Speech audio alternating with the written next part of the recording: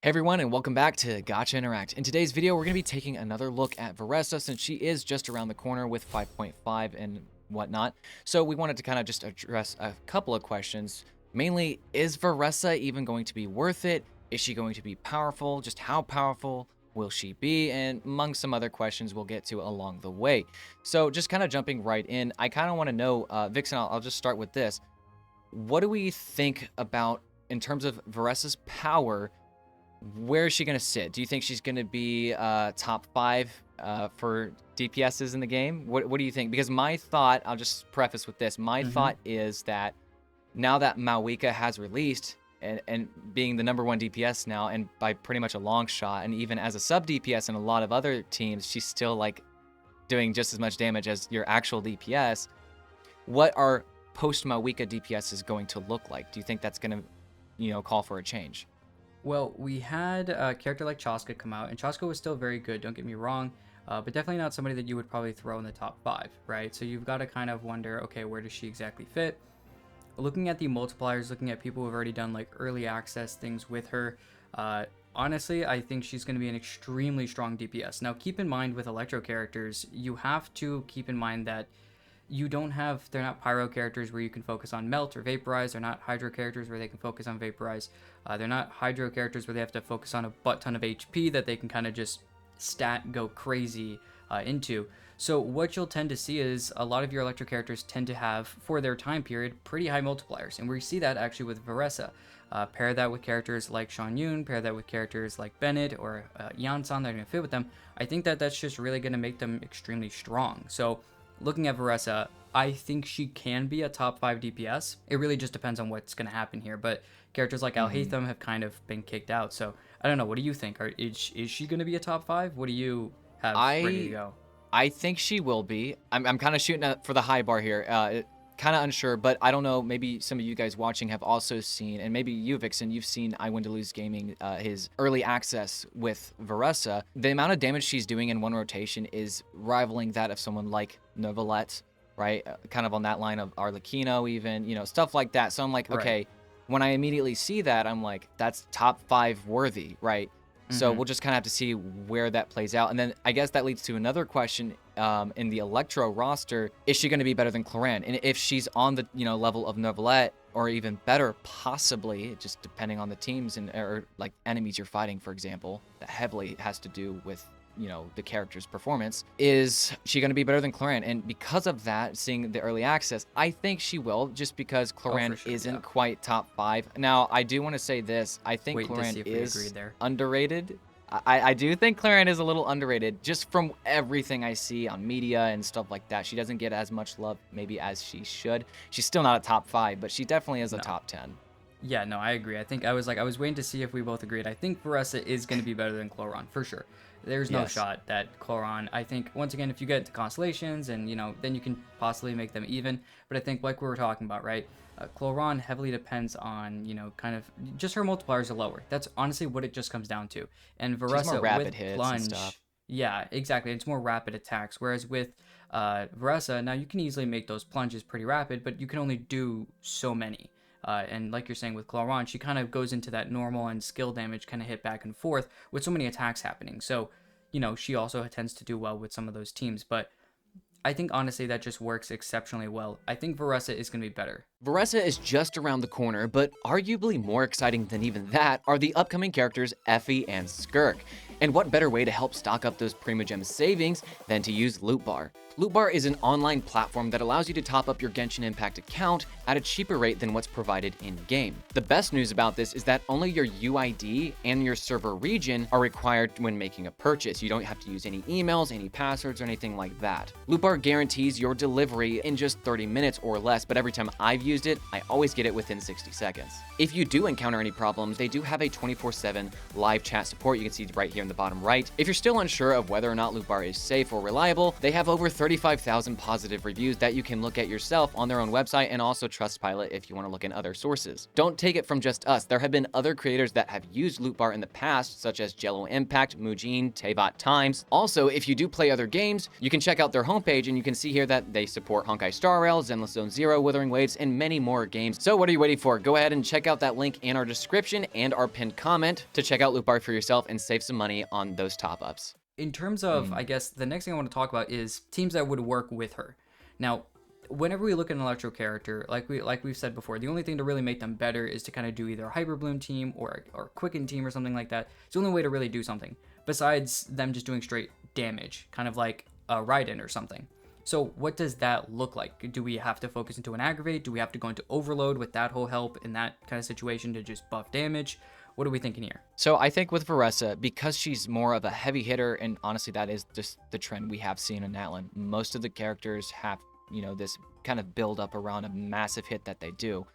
For Mualani, obviously her Sharky's Bite, you get the stacks, big hit. Kanish, it's the skill, you know, Mavika's ult. They all kind of have like a bigger hit that, you know, is accentuated, and it's not everything is just consistent.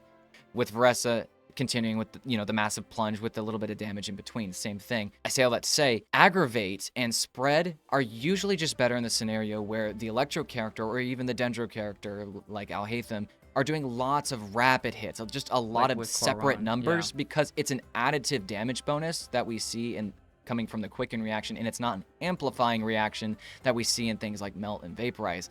So with Veressa being much more of a heavy hitter, slow hitter, nukier, I really don't think Aggravate for her is going to do too hot at all. Even with Nahida, some of the best stuff you can try, maybe even a C2 Nahida, it's just not going to be as good as, you know, doing your Xianyun teams, or honestly, the Chevreuse team looks like it's being one of the best from what I've seen on some early access stuff, especially if you have C6 Chevreuse.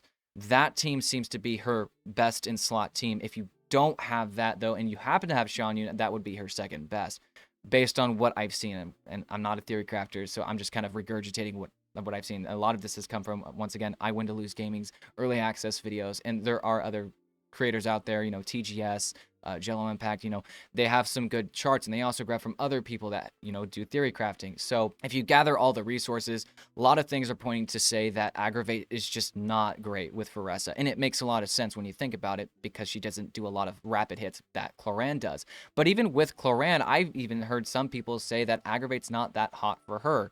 Overload's just much better. It's not like it's slightly less. It's like it's actually a lot worse. And that's something I kind of had to realize, because I don't have Cloran, so I always thought, oh, this works really well in my head, right? Just but because I don't have the character, I never got to try it. So, and I know you have, and you're like, yeah, it's just not, it's not that great. It's a weird thing, because you have the Quicken, you have that thing that, you know, you want to work and make it work well. And I don't have Nahida, but I have seen people that do have Nahida, and still people who have Nahida and actually have the teams ready to build, they'll still choose Overload every single time, which makes the most sense, because the attack buff that you get, just once again, it goes back to making those Electro characters, because of their high multipliers, making their numbers bigger, making crit bigger, making attack better. That's just going to do better for them. Making those stats bigger makes their modifiers bigger, so you don't really care about reactions.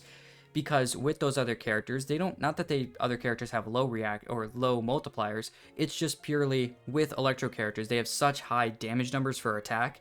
Going into Overload and getting that extra huge attack buff does way more for them than worrying about a reaction, like you're saying, because of the multiplicative versus the additive reactions. So I think that's where it really comes down to.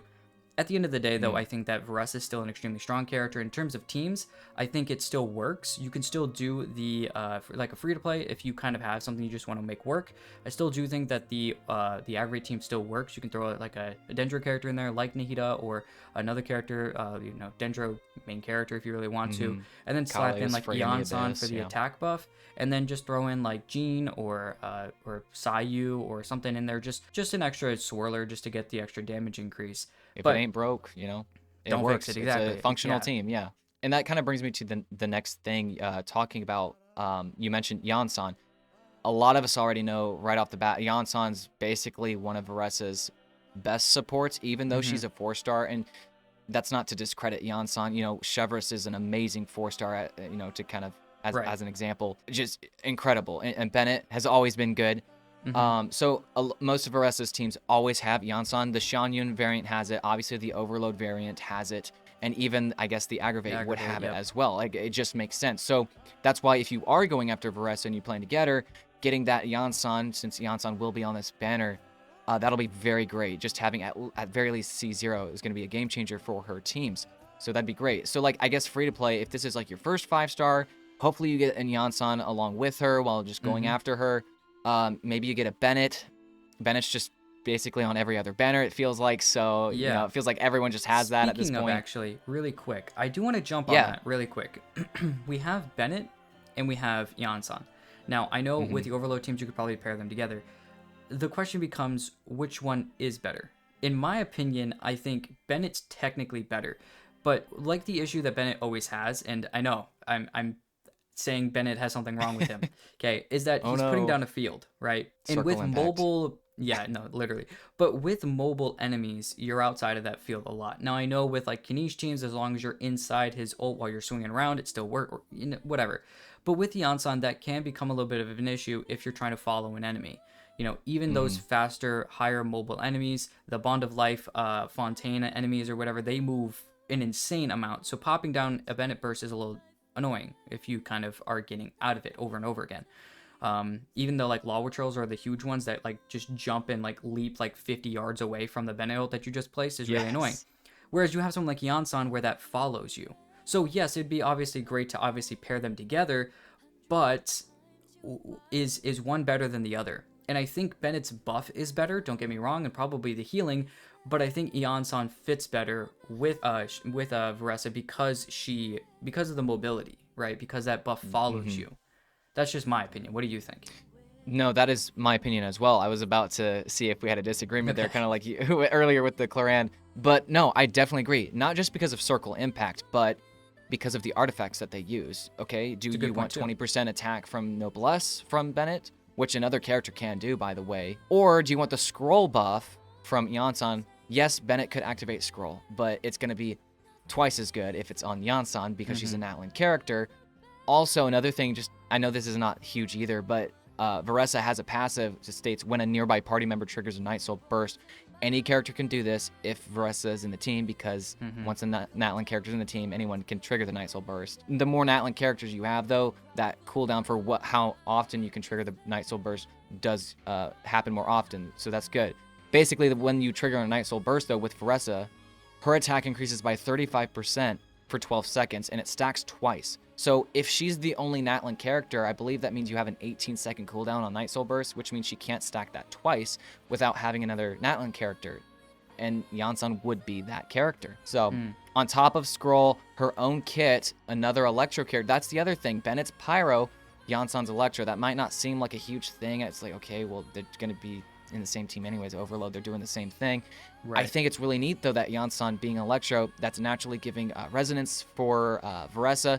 Let's say you're not doing Overload and you're doing like the Shanyun plunge that just doesn't have Bennett. Maybe you're doing Veressa, Shanyun, Xilonen, and Yansan, where you don't have Bennett in that team because you want to use Shanyun, Xilonen, and Xilonen would be buffing the Electro, and then Yansan. And Yansan is her own damage a little bit as well. If you know anything about her kit, we have talked about her in the past as well. But I think that'd be very good because that's Electro Resonance right there, where if you replace Yansan there with Bennett, now Veressa's the only Natlan character, but you're also losing a Resonance that is helping energy. I think it's a little interesting too because at that point, both Xilonen, and I know I was actually wanted to talk about this with Shanyun. We haven't really talked a lot about Shanyun. A lot of these teams that we're talking about really don't have her. So yes, you can use her probably in the Aggravate team instead of that. You have a healer and you have a swirler, so it works there. But what about these other teams? Overload, you kick her out. Right. And yeah, you could definitely do that team you were just talking about. I'm glad you brought that up because that really kind of brings in the idea: is Shanyun really that good for Veressa? And obviously, I think that because of the plunge damage, especially if you have her weapon, C0R1, it definitely comes to be a very good thing and very strong. But it really depends on what is the other side of your account need. Do you need that Bennett? Do you need the Overload team on the other side?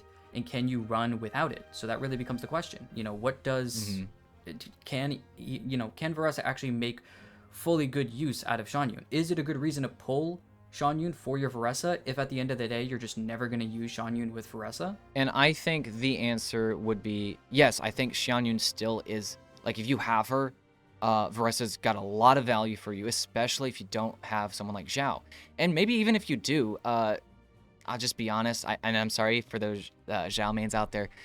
He's still good, but Veressa's just going to be a lot better, okay? I'm just like, and Vixen, you can back me up on this as a Zhao main, you know?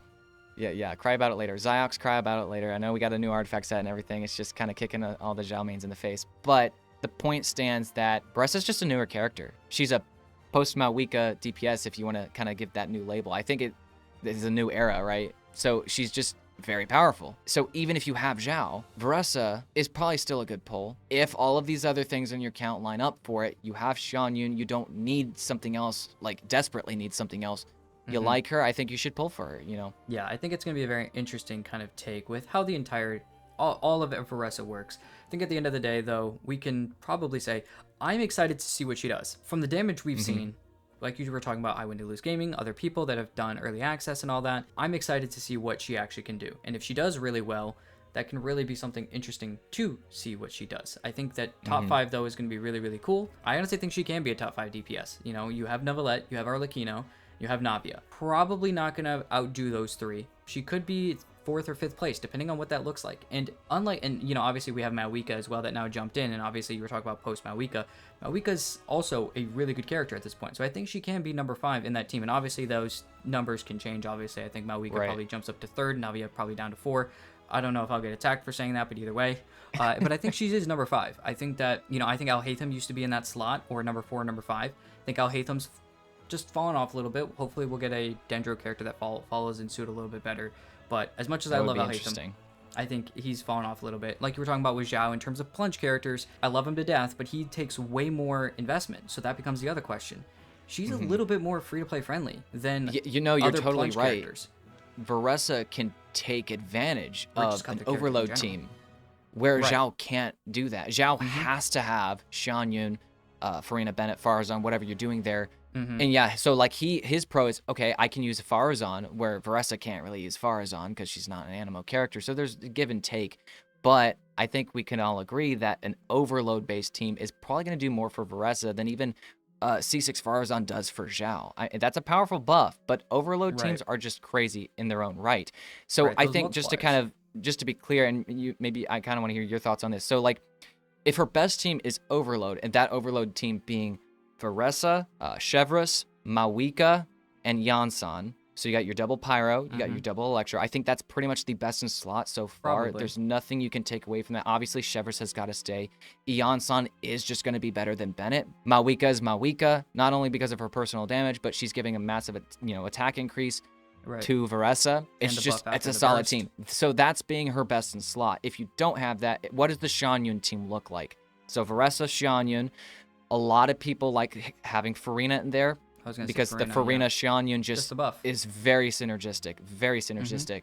You can kind of have a cool electro charge thing going on. You could still, I would use Yansan at that point. So Xianyun, Farina, Yansan. If you don't want to use Yansan, because you are doing electro charge, hey, you can use Auroran. And you have your electro charge team there, so that could be fun and give Auroran another chance to be used, and that could be a lot of fun. And then you could probably also swap out Farina for Xilonen if you have that. It's kind of like, okay, what do you have, to pair with your Xianyun?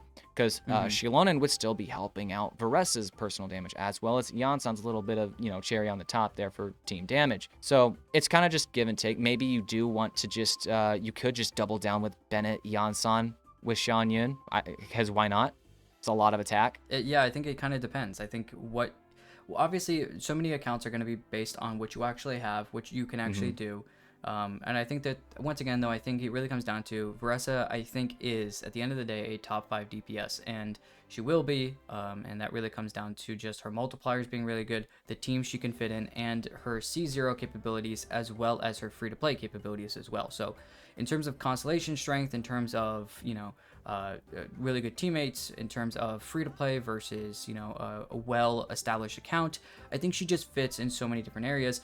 She beats other plunge characters. She beats most other DPSs right now in terms of just damage as well as capabilities in multiple different teams and versatility.